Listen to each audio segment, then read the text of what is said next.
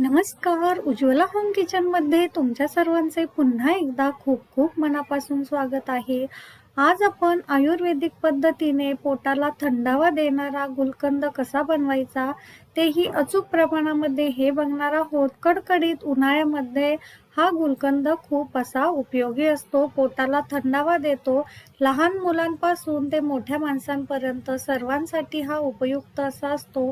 चला तर मग योग्य आयुर्वेदिक पद्धतीने हा गुलकंद आज आपण बनवणार आहोत आणि वर्षभर हा खराब होत नाही किंवा व्यवस्थित राहतो. तर त्यासाठी आपल्याला गुलाब लागणार आहे. आता आयुर्वेदिक पद्धतीने ना गुलकंद करताना गुलाब हे गावरानच घेतात. गावरान गुलाबाला वास छान असा असतो, सुगंध छान असतो ह्याचा आणि छोट्या आकाराचे हे गुलाबाचे फुलं असतात. आता येथे मी अर्धा किलो गुलाबाचे फुलं घेतलेले आहेत. आता त्याची पाने अशा पद्धतीने काढून घ्यायची आहे आणि जे देठाचा भाग जो आहे तो आपल्याला टाकून द्यायचा आहे. देठाचा भाग जर यामध्ये गेला तर गुलकंद आपलं कडवट लागण्याची शक्यता असते, त्यामुळे हे टाकून द्यायचं आहे.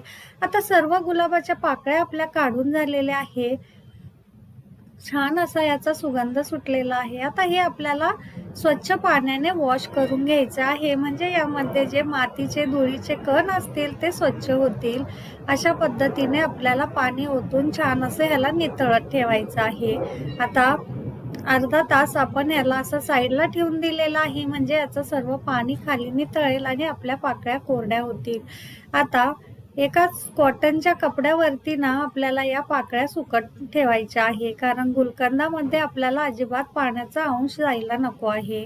आता 1 तास आपण फॅन खाली या सुकवल्यानंतर सर्व या ताटामध्ये गुलाबाच्या पाकळ्या काढून घेतलेल्या आहे. आज आपण साखर न वापरता खडी साखर वापरणार आहोत. खडी साखर ही गुणाने थंड असते गुणधर्माने.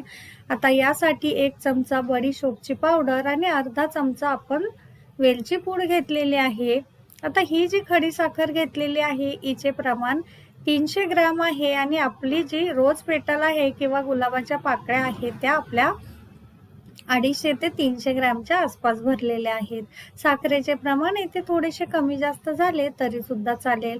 आता हिची आपण मिक्सरमध्ये पिठी साखर करून घेतलेली आहे. आता ही अशा पद्धतीने आपल्याला सर्व पानांना चोळून घ्यायचे आहे.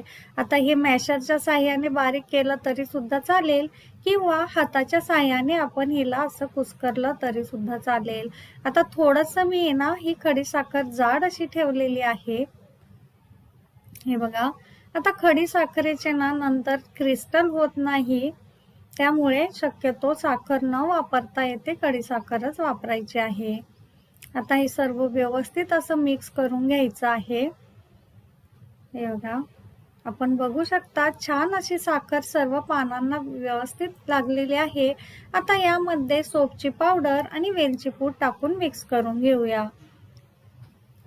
सोप आणि वेलचीमुळे अतिशय छान असा याचा सुगंध येतो.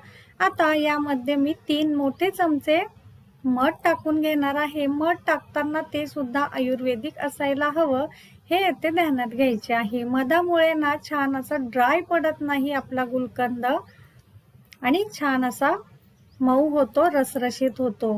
किंवा खडी साखरेचे नंतर यामध्ये खडे होत नाही किंवा कडक होत नाही गुलकंद, त्यामुळे मध हा अवश्य टाका.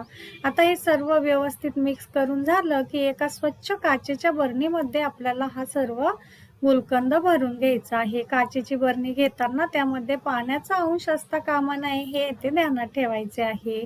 आता सर्व तयार केलेला गुलकंद आपल्याला या बरणीमध्ये भरून ठेवायचा आहे आणि झाकण लावून आपल्याला 8 दिवसासाठी हा उन्हामध्ये ठेवायचा आहे. परंतु रोज याला ढवळत राहायचं आहे, मिक्स करत राहायचं आहे आणि पुन्हा झाकण लावून याला उन्हात ठेवायचं आहे.